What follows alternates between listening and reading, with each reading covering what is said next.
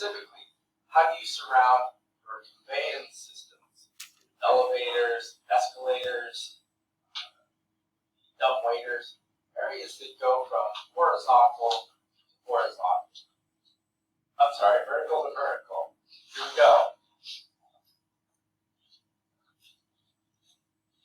Furnishing. This is one where this particular elevator takes the person on a ride. They can't wheel upstairs, so they're going to get one of these solutions.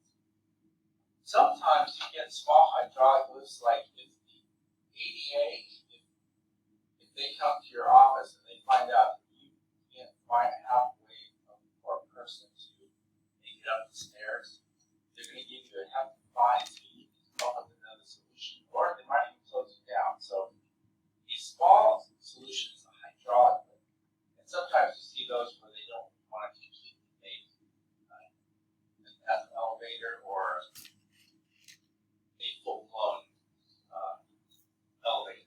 Okay, but that's just a little sidebar. We're really looking at in 707.2 is that all the openings to the floor ceiling or roof ceiling assemblies will be protected. When a building is built, that's also part of the core of where you start. And sometimes you'll also have the elevator shaft is used for many purposes, and one of them is to build from. You can put a crane, and as you go up, the crane follows that shaft, so that's where your heavy use of concrete goes. Shaft enclosures differ from wire barriers in that they typically enclose the shaft extending through several floors. Usually enclose it with that door. Shaft and vertical exit enclosures. The required rating for shafts is usually determined by the number of floors that they interconnect. Shaft should be of 2-hour rating if extending 4 stories or more, and 1 hour otherwise. Shaft ratings are equal to those of the floor assemblies, but need not be 2 hours. Vertical spaces within the shaft enclosure should be fire blocked at each floor level, so these connections into the wall that are joining it. Shaft and vertical exit enclosures. Openings in residential units extending less than 4 stories need not be closed. Escalators and stairs not used as a means of egress. Which also reminds you one more thing, and you'll think about a lot of times since I've had high-rise living is the trash chute, right? So that's another thing that comes through a building. Escalators and stairs not used as a means of egress need not be enclosed in fully sprinkled buildings with a draft curtain around the floor open. This exception applies for less than 4 stories except Group B and M where there's no height limitation. The opening dimension should not exceed twice the size of the escalator or stairs. For cases with power-operated shutters with 1.5-hour ratings, there's no limit to the number of floors penetrated. Pipe, vent, or conduit penetrations are protected at the floor or ceiling according to 711.4, need not be protected, and ducts as protected as per 711.4 should not be protected. Exceptions: floor openings in buildings considered as covered malls, atria, need not have shaft protection. However, these occupancies require meeting for many other fire-specific protection requirements.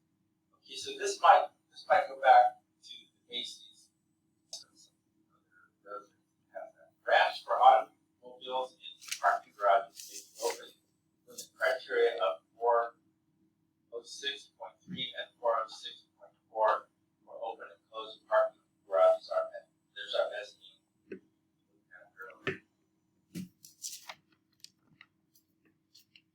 Here is openings connected to mezzanines and floor below need not be closed.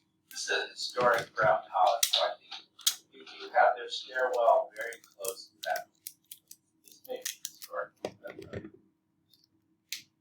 it is a good picture. They got a tea room down there, pretty famous.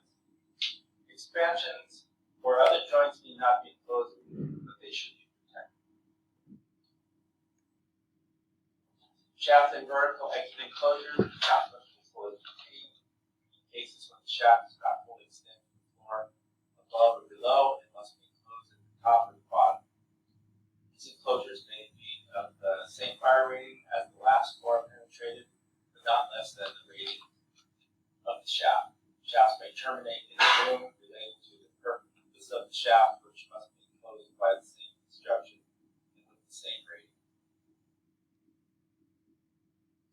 Okay, laundry chutes. One more thing. Refuse and laundry chutes need to be separated from the rest of the building with 1 hour rated access routes on each floor and 1 hour terminating rooms at the bottom of the shaft according to 707.13. Active fire protection is also required per 903.2.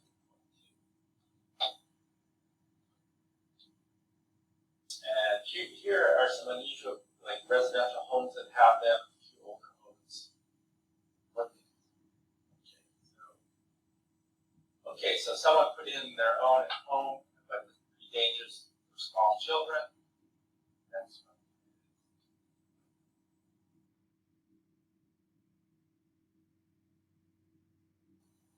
More reasons, right? More reasons that you actually do your codes.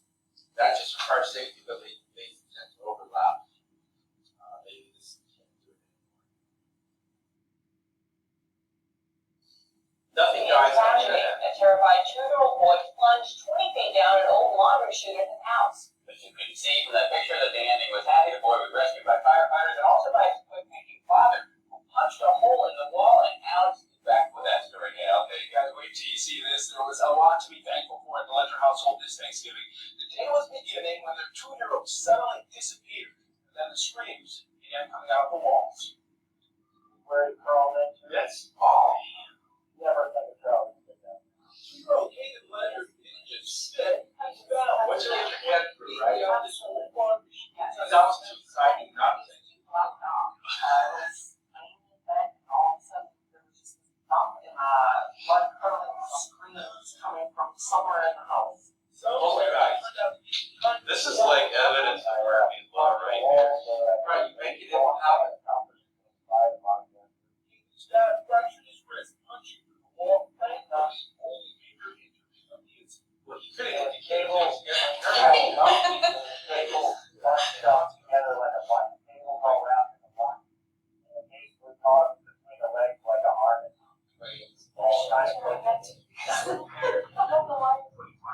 Firefighters arrived and quickly broke down the wall, rescuing him. The tough little toddler was taken to the hospital where he was treated for minor injuries. fine. All except for a couple scraps. The chute has already been screwed shut to avoid another accident. He is your typical boy times a million. Curious about everything. And not a child play with power tools. Oh, you're lost.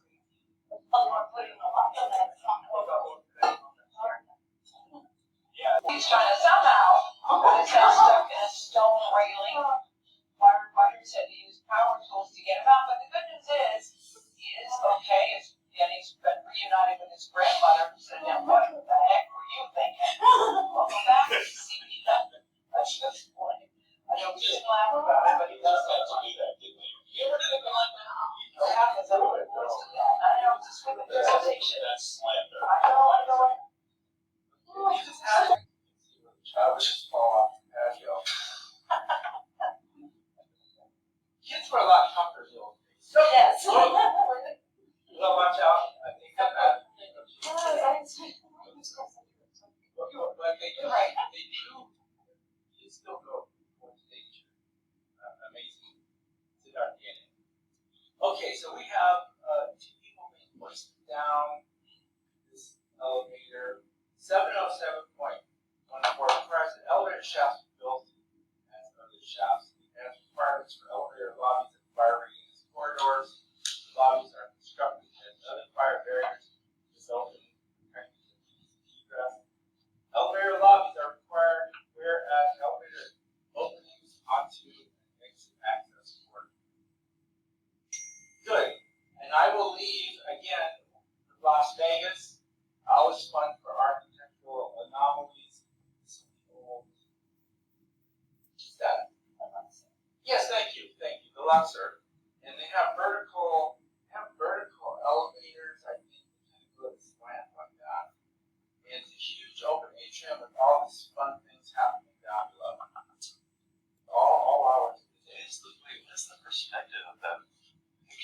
It's even hard to bring in. This is one picture, but here if you're looking into it.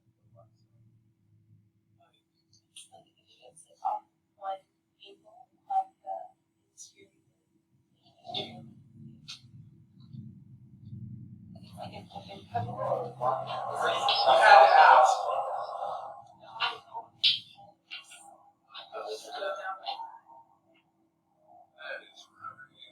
That one, we should go to Las Vegas tour.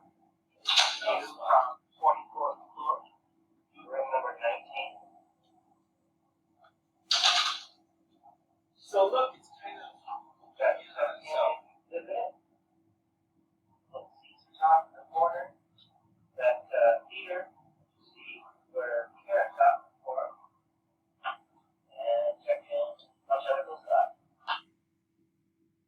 required a substitute for lobby, so they can make the elevator area have its own enclosure within an enclosure.